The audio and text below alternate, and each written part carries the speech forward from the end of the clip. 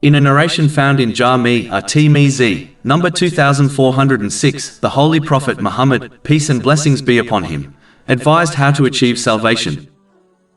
The first thing is to control one's speech. A Muslim should avoid evil speech, as only a single evil word is needed to cause them to plunge into hell on Judgment Day. This has been warned in a narration found in Jami at-Tirmidhi, number 2314.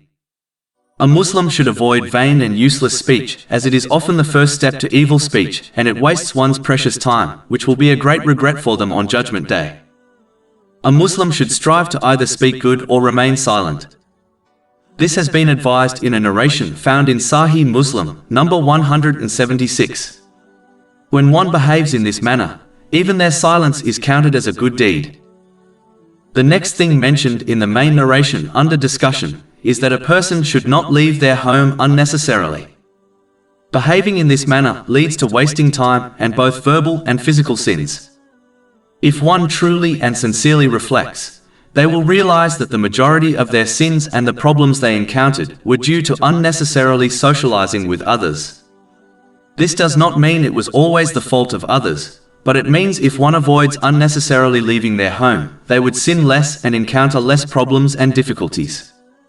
This would also free up their time to learn and act on useful knowledge, such as Islamic knowledge, which is beneficial in all aspects of one's life.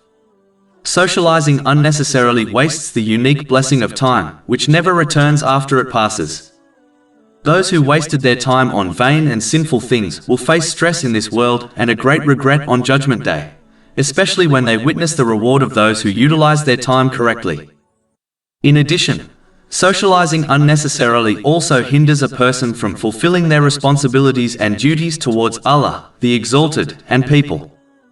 It also prevents one from the important task of self-reflection.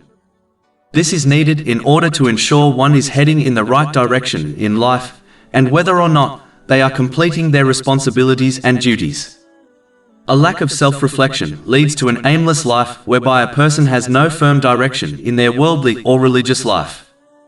Over-socializing also encourages one to become dependent and clingy to people, and this always leads to emotional, mental and social problems, as one's whole life, their happiness and sadness, all revolves around people and their relationships. One can save themselves from all these negative effects by only socializing when it is necessary. The final thing mentioned in the main narration under discussion is to weep over one's sins. This behavior shows genuine remorse over one's sins, which is a crucial aspect of sincere repentance. This has been indicated in a narration found in Sunan Ibn Majah, number 4252. The other aspects include seeking forgiveness from Allah, the Exalted, and anyone else who has been wronged, unless this will lead to further trouble. Making a firm promise not to commit the same or similar sin again, and where possible, make up for any rights which have been missed or violated in respect to Allah, the Exalted, and people. Islam does not demand perfection, only a genuine and sincere effort to obey Allah, the Exalted, and when one sins to sincerely repent and strive hard to reform themselves.